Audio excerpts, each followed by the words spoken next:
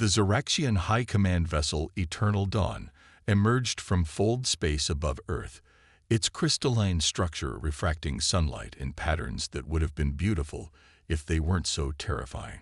Supreme Commander Vexthor stood at the observation deck, his iridescent scales shifting from deep purple to azure as he contemplated the blue planet below. His species had conquered 1,000 worlds, stripped hundreds of their resources, and yet they had never encountered a civilization quite like this one. Preliminary analysis complete, Supreme Commander, announced Science Director Zira, her metallic voice echoing through the chamber. The indigenous species has achieved primitive spaceflight and basic nuclear capabilities, but their technology is at least 3 centuries behind galactic standard. They appear to be in their industrial phase, heavily dependent on fossil fuels. Vexthor's secondary eyes blinked in sequence, a gesture of dismissal among his kind. Another Type II civilization barely worth our notice. What of their mineral deposits?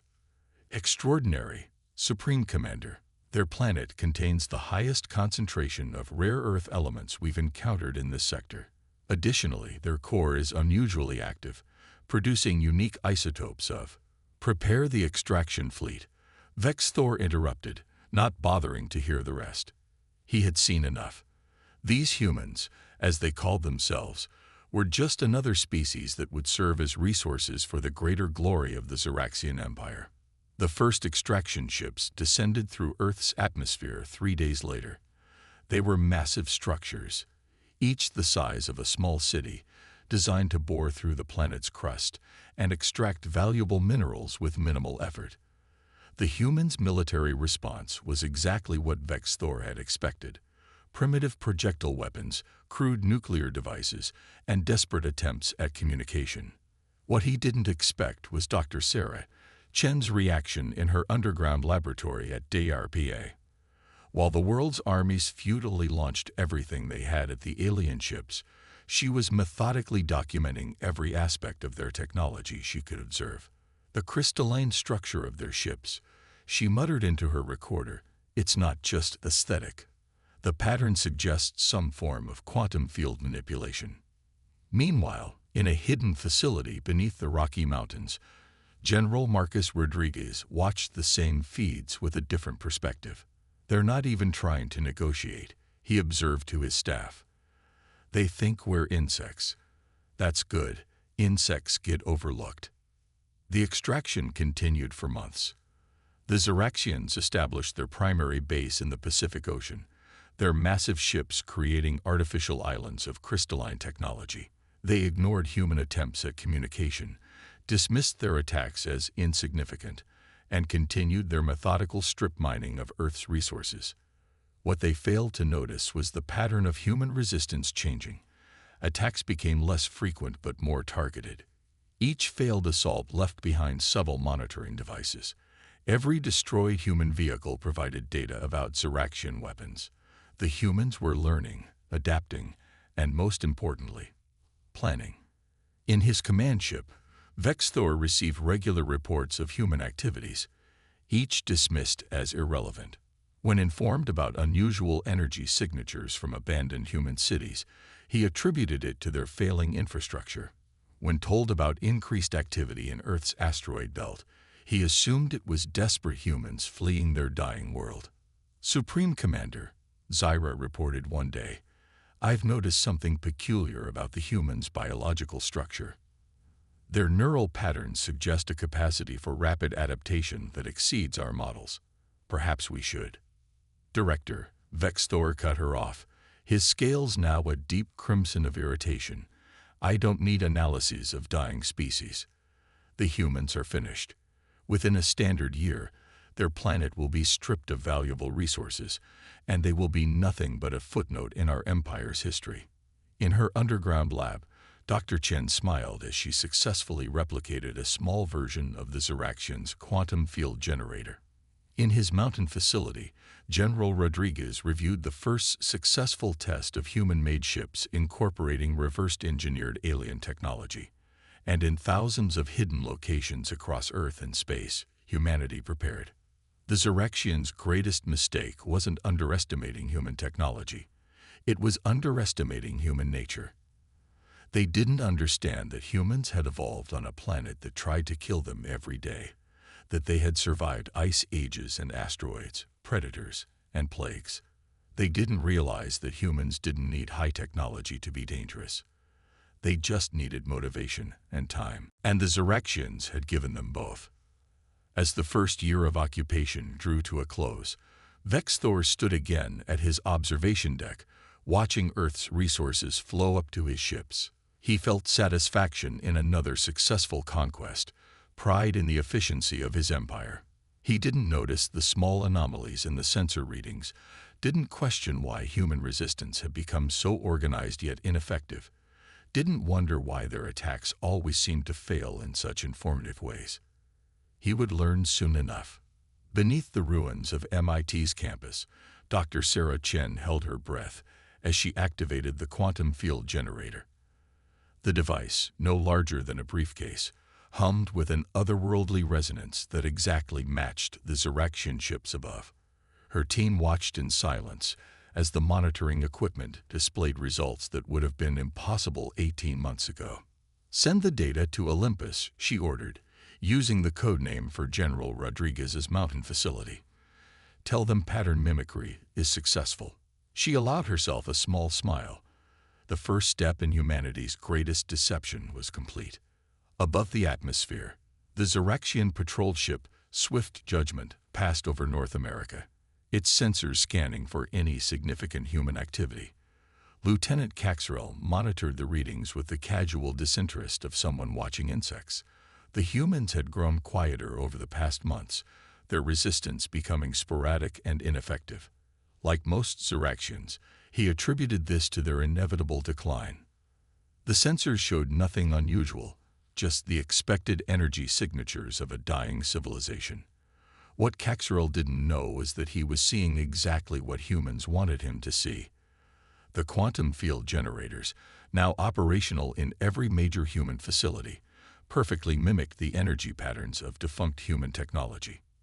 In the Olympus facility, General Rodriguez stood before a holographic display showing the locations of hundreds of hidden human outposts. "Phase 2 is ready," he announced to the assembled leaders. "Operation Ghost Fleet begins today." The plan they had conceived was audacious in its simplicity. While the Xeraxians focused on Earth's surface, humanity had moved its real operations into space. The asteroid belt had become their shipyard, hidden from Xeraxian sensors by the same technology they had stolen from their invaders. "The Xeraxians' arrogance is their weakness," Rodriguez explained. "They're so convinced of their superiority that they don't even bother to look for advancement in our technology. Every failed attack, every apparent retreat, has been carefully choreographed to reinforce their prejudices. In orbit around Mars, the first ships of humanity's new fleet underwent their final tests. They weren't beautiful. Unlike the crystalline elegance of Xeraxian vessels, human ships were brutally functional, combining stolen alien technology with humanity's own innovations.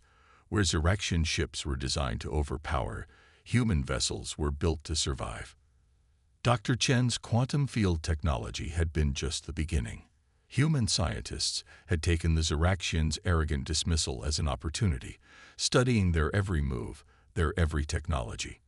When the aliens ignored human communications, humanity learned their language from their internal transmissions. When they dismissed human weapons, humanity analyzed the properties of their defensive shields. In the Pacific Ocean, Supreme Commander Vexthor received his weekly report on human activities.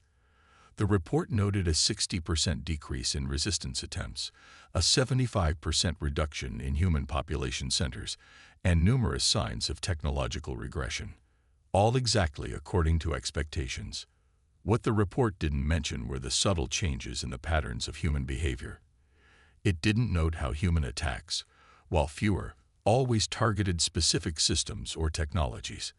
It didn't recognize that human retreat patterns were too organized for a supposedly broken species. Deep within asteroid Ceres, Dr. Chen presented her latest breakthrough to a select group of military leaders. "We've not only replicated their quantum field technology," she explained. We've improved it. Their systems are designed for raw power. Ours are optimized for efficiency and adaptability. The human fleet grew in secret, each ship incorporating lessons learned from months of careful observation. While the Ziraxians saw only a dying species, humanity was building an armada that combined the best of both worlds. Ziraxian power with human ingenuity. They think we're primitive because we only recently achieved spaceflight, Rodriguez told his officers. They don't understand that this means we're used to solving problems without advanced technology. Every solution we've developed from first principles. The deception wasn't just military, it was cultural. Human cities were abandoned in ways that suggested panic and defeat, while in reality, their populations moved to underground arcologies or space habitats. Industries appeared to collapse, while actually being relocated to hidden facilities in the asteroid belt. Even the few humans who still openly fought the Ziraxians played their part. Their resistance was carefully calculated, never enough to suggest real capability, but always enough to maintain the image of a desperate, dying species. In her lab, Dr. Chen put the finishing touches on humanity's greatest achievement, a hybrid drive system that combines Ziraxian quantum field technology with human innovations in nuclear fusion. The best part, she told her team, is that it's completely invisible to their sensors. They're so convinced of their superiority that they don't even look for technologies that mix their methods with ours. As the second year of occupation approached, humanity's greatest gamble neared its completion. The Ghost Fleet, hidden in plain sight, grew stronger each day. Human technology, enhanced by stolen alien knowledge, advanced decades in months. And still, the Ziraxians saw only what they expected to see, a primitive species in its death throes. In his command ship, Vexthor watched Earth's apparent descent into chaos with satisfaction. He had overseen the conquest of many worlds, and this was how it always ended, with the indigenous species falling into disarray and extinction. He didn't realize he was watching an elaborate performance, a carefully choreographed dance designed to lull his empire into false security. He didn't know that humanity's apparent death throes were actually birth pangs, and he certainly didn't know that the time of reckoning was approaching. The abandoned subway tunnels beneath New York City had become something else entirely. Dr. Chen walked through what her team now called the Forge, where quantum fabricators hummed in perfect harmony with Earth's natural electromagnetic field. This was where humanity's desperation had given birth to its greatest innovations. "Show me the latest test results," she commanded, and holographic displays flickered to life around her. The data confirmed what they had theorized. Human DNA had unique properties that allowed for unprecedented integration with quantum field technology. "It's not just about copying their tech anymore," she explained to a newly arrived General Rodriguez. "We're creating something they've never even imagined." She gestured to a chamber where a human pilot was interfacing directly with a hybrid quantum core. "We've turned their greatest advantage into our stepping stone." The breakthrough had come 6 months earlier, when they discovered that human neural plasticity, our ability to adapt and learn, could be amplified by quantum fields. While Ziraxian technology relied on crystalline structures to manipulate quantum space, humans could do it with their minds. Above them, Supreme Commander Vexthor was conducting his annual inspection of Earth's extraction operations. His massive command ship cast shadows over the ruins of what had once been Manhattan. "Report on human resistance activities," he ordered. "Minimal, Supreme Commander," his subordinate replied. "We've detected some unusual energy signatures in the asteroid belt, but our analysts suggest it's merely residual radiation from abandoned human mining operations."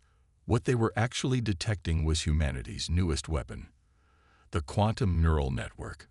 Dr. Chen had discovered that by linking human pilots through quantum fields, they could coordinate with unprecedented precision.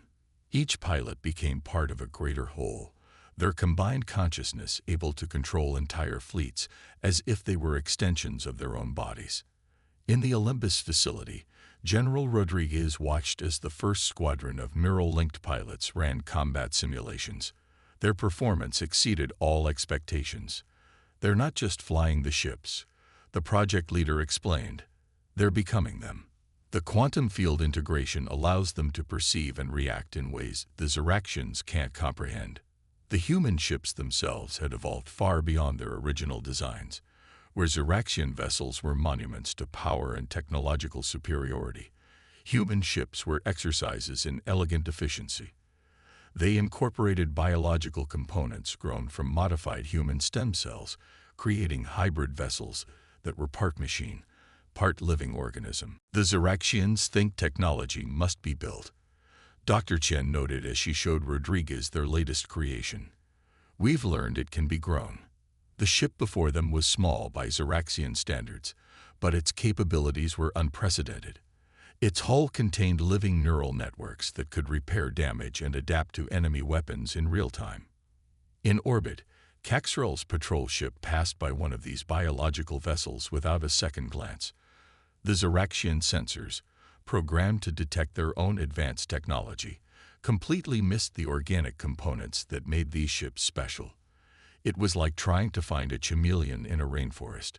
The camouflage was perfect because it was alive. The implementation of these innovations wasn't limited to military applications. Human colonies throughout the asteroid belt had become self-sustaining ecosystems, using modified versions of the same biological technology. They grew their own ships, generated their own power, and remained completely invisible to Ziraxian detection. We're not just surviving. Rodriguez told his staff, we're evolving. Every day under their occupation has pushed us to become something more than we were. The general's words rang true. Humanity had taken their greatest crisis and turned it into an opportunity for unprecedented advancement. Dr. Chen's team had even found ways to improve upon Ziraxian technology's fundamental principles. Where their quantum fields required massive crystalline structures, humans could achieve the same effects with organic compounds that were fraction of the size. They built their empire on brute force, she explained. We're building ours on efficiency and adaptation. The Forge had become humanity's heart of innovation, pumping out new technologies that merged the organic with the quantum. Each discovery was immediately shared through the neural network, allowing for rapid implementation across all human installations. The speed of advancement was staggering. Problems that would have taken years to solve were being cracked in days. As the third year of occupation drew to a close, humanity had become something the Ziraxians couldn't have imagined. They weren't just a species with technology. They had become one with it.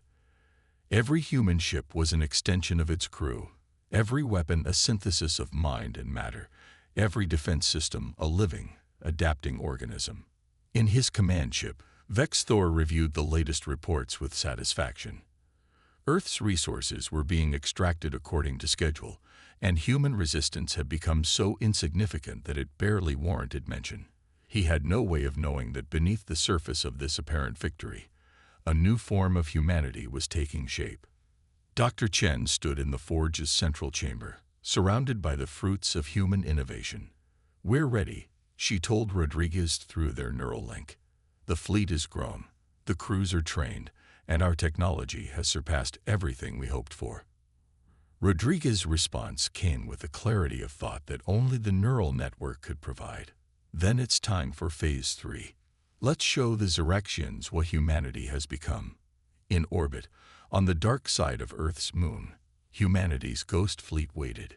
Each ship was a testament to human ingenuity, a perfect fusion of stolen knowledge and original innovation.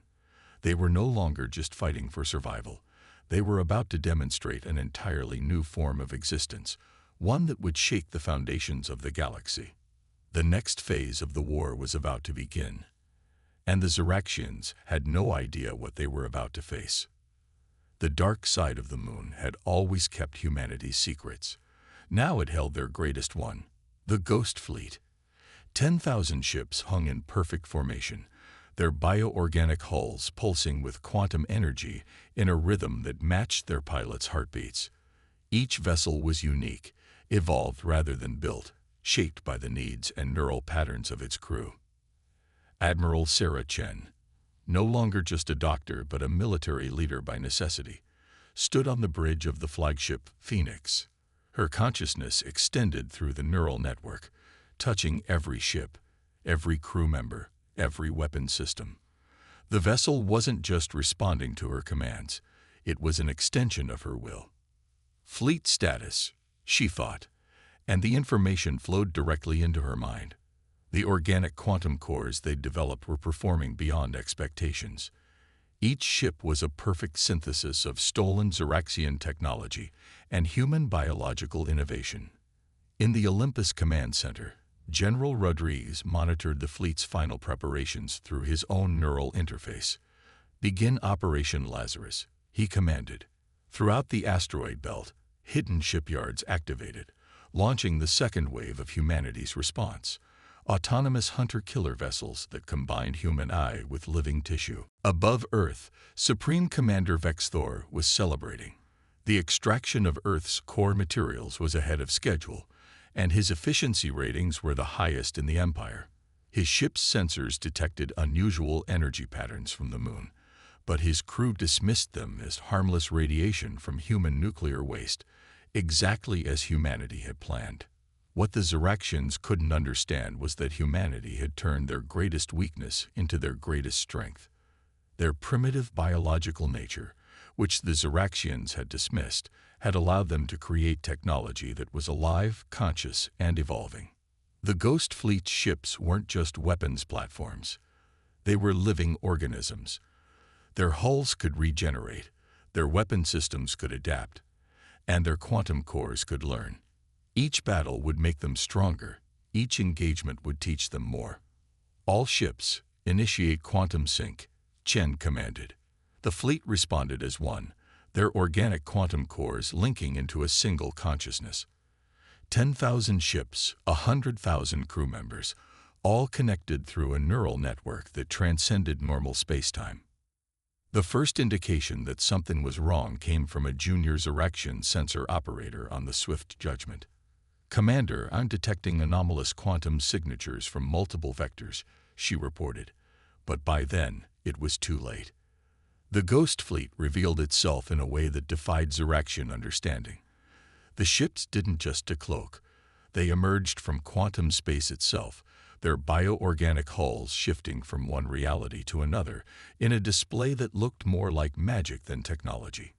Chen felt the shock ripple through the Xeraxian neural frequencies. Their crystalline communication networks, which humanity had learned to tap into months ago, erupted with confusion and disbelief. The supposedly primitive humans had not only mastered Xeraxian technology, they had transcended it. The human ships moved with impossible grace, their organic hulls flowing like liquid metal, their weapons synchronizing with a precision that made them seem like a single organism. They weren't just ships fighting ships. They were the next step in human evolution, engaging an enemy that suddenly seemed primitive by comparison. "All ships, execute Pattern Omega," Chen commanded. The Ghost Fleet split into perfect formations, each group moving with organic fluidity. The autonomous hunter-killers emerged from the asteroid belt, their AI systems coordinating seamlessly with the human crews through the neural network. Vex Thor watched in horror as his sensors finally showed him the truth. The humans hadn't been dying. They had been metamorphosing. Every failed attack had been a learning experience. Every ineffective resistance had been a data-gathering exercise. Every primitive technology had been a stepping stone to something greater. The Ghost Fleet's first assault was precisely targeted. They didn't attack the Xeraxian ships. They attacked the quantum field generators that protected their mining operations. The bioorganic weapons pierced the alien shields as if they weren't there, their living metal adapting to and neutralizing the defensive frequencies in real time. "Impossible," Vex Thor whispered as he watched his supposedly invincible extraction platforms fall one by one. The humans weren't just fighting back. They were demonstrating mastery of principles his scientists had thought impossible. Their ships moved in ways that violated what he knew about physics. Their weapons operated on principles his sensors couldn't even detect. Through the neural network, Chen felt the collective triumph of humanity. This wasn't just a military victory in the making. It was proof that humanity's path of evolution had been the right one. They hadn't tried to match Xeraxian technology. They had transcended it by making it part of themselves. The autonomous hunter-killers swarmed through the Xeraxian fleet, their organic AI systems learning and adapting with each engagement. They didn't just attack ships.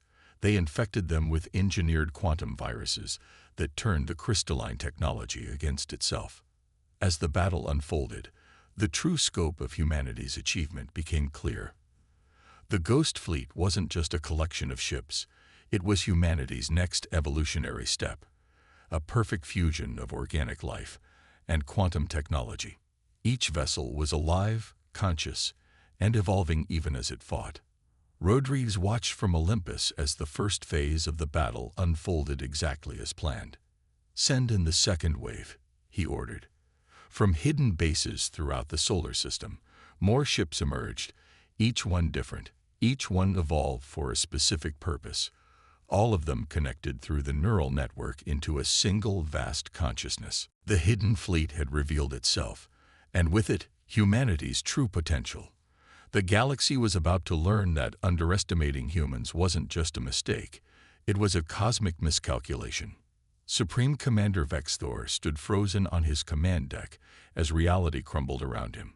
The Xeraxian fleet, the pride of an empire that had conquered 1,000 worlds, was being systematically dismantled by technology that his sensors couldn't even properly detect. The humans weren't just fighting back. They were rewriting the rules of warfare itself. "All ships, fall back to defensive formation," he commanded, but the order came too late. The Ghost Fleet moved like a living organism, each ship anticipating rather than reacting, their bioorganic hulls pulsing with quantum energy that defied Xeraxian understanding. Admiral Chen, her consciousness spread across the neural network that connected the human fleet, felt rather than saw the Xeraxian formations breaking. "They still don't understand," she communicated to her crews. "They're fighting yesterday's war with yesterday's weapons." The human ships didn't just attack, they evolved mid-battle. When Xeraxian weapons hit their targets, the organic hulls adapted, developing immunities in real time. Each assault made them stronger, each engagement taught them more. It was natural selection, accelerated to an impossible degree. "Impossible," Vexthor shouted as another extraction platform imploded, its crystalline structure shattering under attacks that seemed to come from inside reality itself. "Their technology is primitive. They were barely space-capable 3 years ago." Through the quantum neural network, Rodriguez's voice reached every human crew member. "Show them what humanity does with borrowed time." The second wave of autonomous hunter-killers swarmed forward, their organic AI systems having already adapted to every Xeraxian countermeasure. The battle wasn't just in physical space. Human quantum hackers, their minds directly interfaced with their ship systems, invaded the Xeraxian crystalline networks. Where brute force attacks had failed before, hybrid biodigital viruses now flowed through alien computers like a disease through a nervous system. Chen watched through 1,000 eyes as her fleet executed maneuvers that would have been impossible for conventional ships. The bioorganic vessels moved in perfect synchronization, their actions guided by the collective consciousness of their crews. They weren't just fighting as a fleet, they were fighting as a single organism. "Supreme Commander," a Xeraxian officer reported, terror evident in his voice. "Their ships, they're healing themselves, and they're getting stronger with each engagement.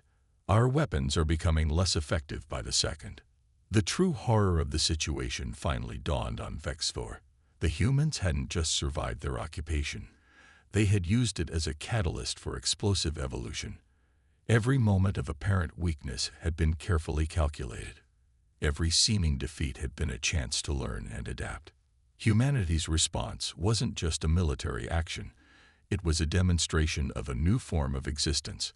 The hybrid bioquantum technology they had developed represented an evolutionary leap that the Xeraxians, for all their advanced technology, couldn't comprehend.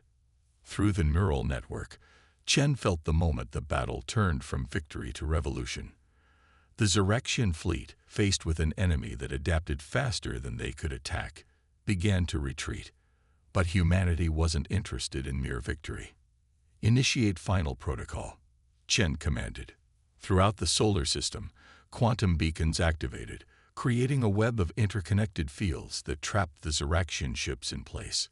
The organic technology the humans had developed didn't just control quantum space, it had become one with it. Vexthor watched in despair as his mighty fleet was systematically disabled by weapons that seemed to ignore the laws of physics themselves. The humans weren't just defeating them. They were demonstrating a mastery of reality that made Zyraxian technology look primitive by comparison. "You gave us 3 years." Chen's voice echoed through every Zyraxian communication system. 3 years to adapt, to evolve, to become something more than we were. You thought you were watching us die. Instead, you watched us transform. The Ghost Fleet surrounded the remaining Zyraxian ships, their bioorganic hulls now pulsing with energies that the alien sensors couldn't even detect. They had become something new, not just vessels, but living embodiments of humanity's potential. "Your empire ends here." Rodriguez's voice joined Chen's across the quantum networks. "Not because we're stronger, but because you never understood what humanity truly is. We're not just another species to be conquered. We're evolution incarnate." In his final moments of command, Vexthor finally understood the magnitude of his empire's mistake. They had judged humanity by their technology, their apparent limitations, their seemingly primitive nature. They had failed to see that these weren't weaknesses. They were the very things that made humans dangerous. The battle ended not with destruction, but with transformation. The human fleet's final act was to release swarms of quantum organic nanites that began to alter the very nature of the Zyraxian ships. The crystalline technology that had been the foundation of their empire was being rewritten at the molecular level. As the sun rose over Earth for the first time since the battle began, humanity stood not just victorious, but transformed. They had taken their greatest crisis and turned it into transcendence. The Ghost Fleet hung in orbit, its ships no longer hiding but proudly displaying what humanity had become, a hybrid species that had merged the best of biology and technology. The message sent to the Zyraxian Empire was simple. Humanity would not be conquered, would not be understood through the lens of conventional power. They had become something new, something that would forever change the face of galactic civilization. In the aftermath, as Chen stood on the observation deck of the Phoenix, watching the sunrise over a liberated Earth, she smiled. "We didn't just survive," she thought through the neural network to all of humanity. "We became what we were always meant to be."